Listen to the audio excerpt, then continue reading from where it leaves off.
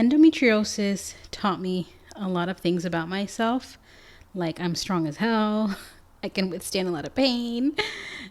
But the most important thing that endometriosis taught me is that I need to have a healthier relationship with rest. And it sounds so simple, but in practice, that was one of the hardest lessons to learn when it came to managing this chronic condition. Today, we're drinking a tea that I made. It is hibiscus, it is coconut milk, coconut water, and limes. Really good. It definitely needed the strawberries that the recipe called for, because at first it tasted like flat, but I ended up adding a little bit of honey and everything, and it was good. But anyways, that's the rundown of today's tea, because this is the técesito talks, where in 10 minutes or less, I give you the tea on something that helped me love my chichos so that you can love your chichos too. Back to rest. So endometriosis was a condition for me, or is a condition for me, that I had to learn, like, hey, you're going to have to listen to your body, and you're going to have to listen to your body when it's inconvenient. You're going to have to listen to your body when it makes you stand out from people. You're going to have to listen to your body and say no to people.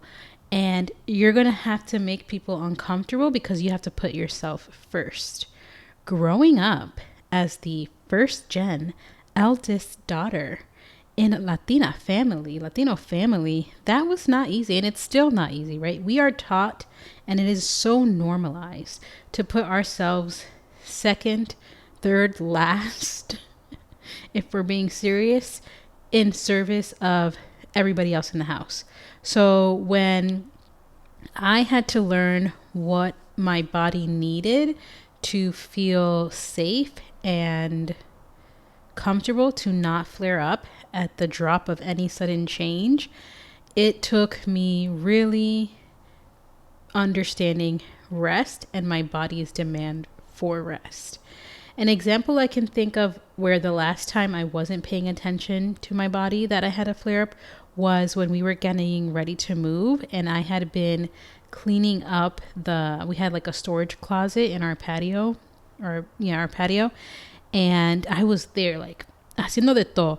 And then I took the rug and I was sweeping and I was sweating and I hadn't been drinking no water, nothing. It was just like back to back to back to back, nonstop work in that heat. Because, South Texas, it was hot.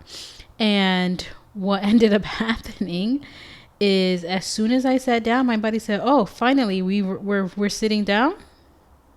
Now we're sat for the rest of the day. You can't do anything, okay? And it's in moments like that where I have to remind myself that I'm not a robot. I'm not a machine. Yes, I want to get things done, but it doesn't have to be done right away. It doesn't have to be done the minute I want it done. Instead, I have to find my own rhythm that allows me to slow down and breathe and send signals to my body like, hey, we're okay. Like, we're going to be okay if we do this. And that's also why I kind of had such a hard time with my relationship with movement after I started getting like real bad flare-ups, because exercise used to flare me up. And that was uncomfortable. And it made it so that I used that as an excuse to not have a discipline when it came to my movement. Thankfully, now I'm in a place where I have way more capacity to rest. Like, my job allows me to rest. My schedule allows me to rest.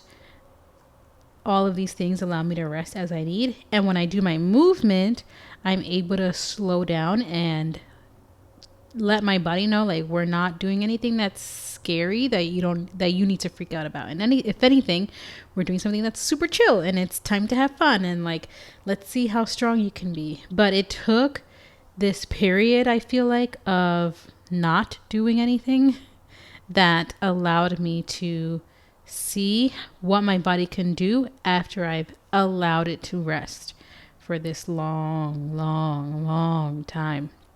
And I'm so grateful that I was able to see the lesson in a condition like this, not to glamorize this condition at all, because that's not what it is about. Like, this is not a fun thing, and I again would not wish this on anybody, but it forced me to listen to myself in a way that I don't think I would have ever if I didn't have to, in this deep, deep way.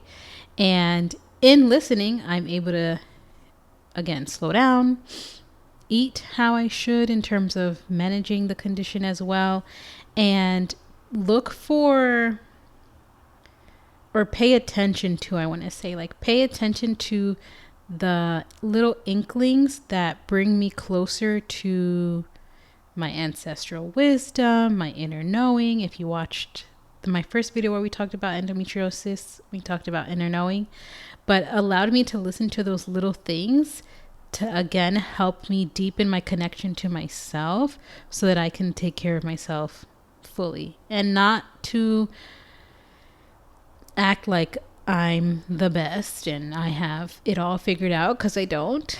But I feel very much different from when I was suffering so much and got the diagnosis till now, where I feel comfortable in my body and loving my body and understanding my body and working together with my body, which is something I wasn't doing for so long. And it put me in a place where it made me hate my body in that way. And that's something that I felt so fraudulent, kind of being this person, love your chichos, and hating my body because it was betraying me in this way, is what it felt like. And so to come all this way, all this time, and to see that my body was doing its best to communicate to me, and I just wasn't able to hear it in the way that I needed to. And now I'm in a place where I am listening, and it feels like so good to be present in my body. Like, present in my body, present in the things that it needs, present in how I feel, present even in my anger. Like, even when I'm angry, like, oh, I can feel that I'm angry, or I can feel that I'm overstimulated, and I'm able to communicate all of these things because I have been forced to have such a deep understanding of my body in this very, very intimate and painful way.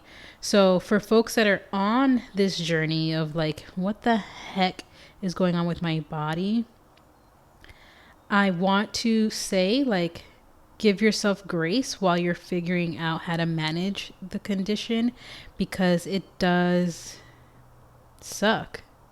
It just sucks. Like, that's what it is. It really sucks.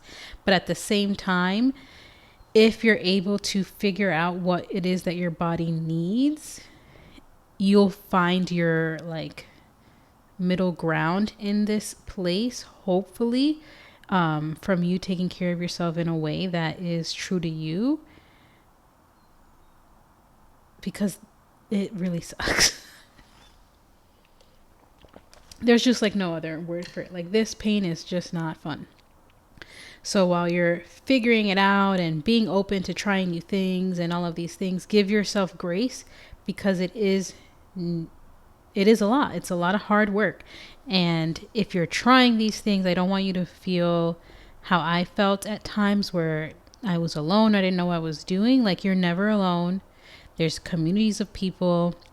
There's peoples you can like reach out to and get answers, and boards you can listen to or learn from, is what I want to say. So yeah, I'm hoping this resonates with some folks. I don't know why it was on my heart to talk about it today, but I wish I would have known that when it came to managing this condition, rest was going to be such a big deal for me. But that's the end of our técesito talks. Thank you so much for tuning in. I'll see you in the next one. Love you.